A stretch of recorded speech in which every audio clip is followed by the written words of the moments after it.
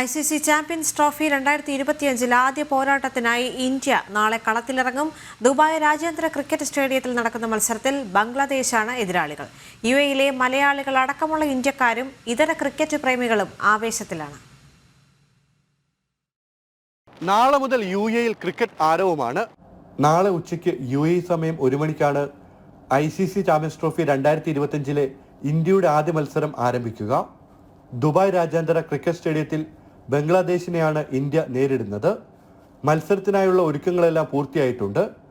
UAE-ലെ cricket പ്രേമികൾക്ക് അവരുടെ പ്രിയ താരങ്ങളെ അടുത്തു കാണാനുള്ള അവസരമാണ് ഒരുങ്ങിയിരിക്കുന്നത്. പാകിസ്ഥാനാണ് ടൂർണമെന്റിന് ആതിഥേയത്വം വഹിക്കുന്നതെങ്കിലും ഇന്ത്യ അവിടെ കളിക്കാത്തതിനാൽ ഇന്ത്യയുടെ എല്ലാ മത്സരങ്ങളും ദുബായിലേക്ക് മാറ്റുകയായിരുന്നു.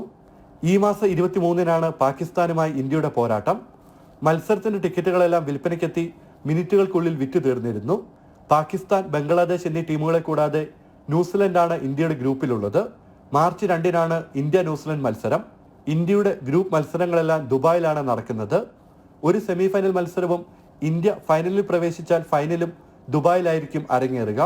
ഇന്ത്യ ഫൈനലിലെത്തിയാൽ ഈ മത്സരവും നേരിട്ട് കാണാൻ UAE-ലെ ക്രിക്കറ്റ് ആരാധകർക്ക് അവസരം ലഭിക്കും.